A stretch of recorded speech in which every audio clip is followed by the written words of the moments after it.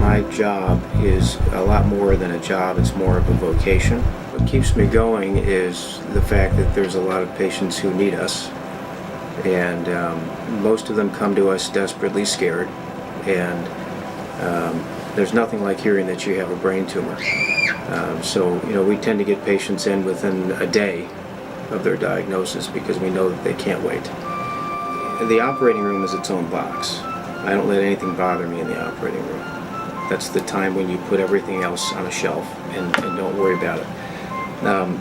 It can be difficult because you get paged and people call and they have their own urgent questions for you, but that's the one place where I won't let myself get disturbed. But as soon as you're done with surgery and you walk out and you talk with the family and get everything set up in the intensive care unit, well then you have a half a day worth of things that are built up that you have to go take care of. And that's going to clinic, and it's taking care of all of the administrative things and so on. That's why I think most neurosurgeons would say the easy part of the day is when you do the brain surgery.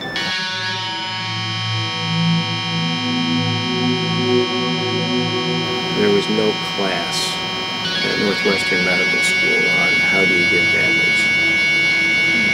I think you have to speak plainly, and I think you have to be ready to repeat yourself, because it's hard for people to absorb bad news all in one bite.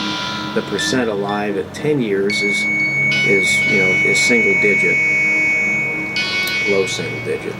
But I have a few patients who are 5 to 10 year survivors, and I try to keep in touch with them and see how they're doing, and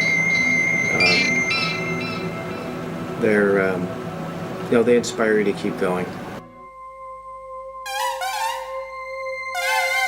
I have received a lot of clocks from patients, and it always seems to be a patient with a malignant brain tumor, or their family actually afterwards. And I think that it's maybe an unconscious understanding of the value of time and the extra time that they got with their loved one. Of course, there are days when you see somebody who's scared and suffering, and you realize how much trouble they're in. That can be depressing, but you have to keep your focus and realize that what you do for them is going to help them with their quality of life and their length of life. And what we do in research is eventually, someday, going to lead to a cure for these things.